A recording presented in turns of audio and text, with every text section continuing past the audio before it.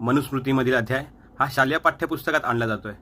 मनुस्मृती हा जगातील सर्वात विषमतावादी धर्मशास्त्र आहे। त्याचे कारण महाराष्ट्राचे आराध्य दैवत छत्रपती शिवाजी महाराज यांना शूद्र ठरवून त्यांचा राज्याभिषेक नाकारणारी इथली व्यवस्था म्हणजेच मनुस्मृती। विष्णुशास्त्री बापट यांनी मनुस्मृती मराठी अनुवादामध्ये की स्त्री ही संभोगासाठी आतुर असते, प्रत्येक पत्नीच्या मनात स्वतःच्या पतीविषयी द्वेष असतो, प्रत्येक स्त्री ही चारित्र्यहीन असते म्हणून तिला गुलामच ठेवले पाहिजे, पुरुषांना पाहताच संभोगाविषयी अभिलाषा निर्माण होणे हा स्त्रीचा मूळ स्वभावच आहे, कारण ती चारित्र्यहीन असते। व्याभिचारासाठी ते आसुलेले असतात, म्हणूनच पुरुषांनी स्वतःची काळजी घ्यावी। पुरुषांना कुपथावर नेणारा मार्ग म्हणजे स्त्री।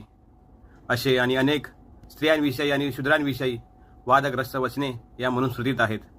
आणि म्हणूनच आज महाड येथे डॉक्टर जितेंद्र आव्हाड सरांनी ही मनुस्मृती जाळली, तिथेच जिथे विश्वरत्न, बोधिसत्व, महामानव, प्रज्ञासूर्य, क्रांतिसूर्य डॉक्टर बाबासाहेब आंबेडकर यांनी 25/1927 रोजी ही मनुस्मृती जाळली होती। परंतु अनावधानानं त्यांच्याकडनं एक चूक घडली। एका कार्यकर्त्यानं मागून त्यांच्या हातात एक मनुस्मृती मोठ्या अक्षरात लिहिलेला एक कागद दिला आणि तो फाडला गेला। परंतु नंतर लक्षात आलं की त्यात मानवाचा फोटो देखील होता आणि त्यांच्या ती गोष्ट खूप जिव्हारी लागली। त्यांनी लगेचच जाहीररित्या माफी मागितली। त्यांच्या प्रत्येक भाषणाच्या अखेरीस जय भीम हा क्रांतिकारी नारा ते देतच असतात। ते स्वतः अभिमानाने सांगतात की डॉक्टर बाबासाहेब आंबेडकर हे माझे बाप आहेत। प्रत्येक माणसाकडनंच चूक होते। आपल्या या भीमसैनिकाला, या बाबासाहेबांच्या लेकराला तमाम महाराष्ट्रातील भीमसैनिक हा माफ करेल, परंतु मूळ मुद्द्यापासून भरकटू नका।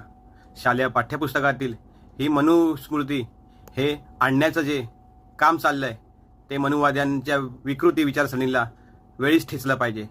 धन्यवाद। जय भीम, जय शिवराय, जय लहुजी।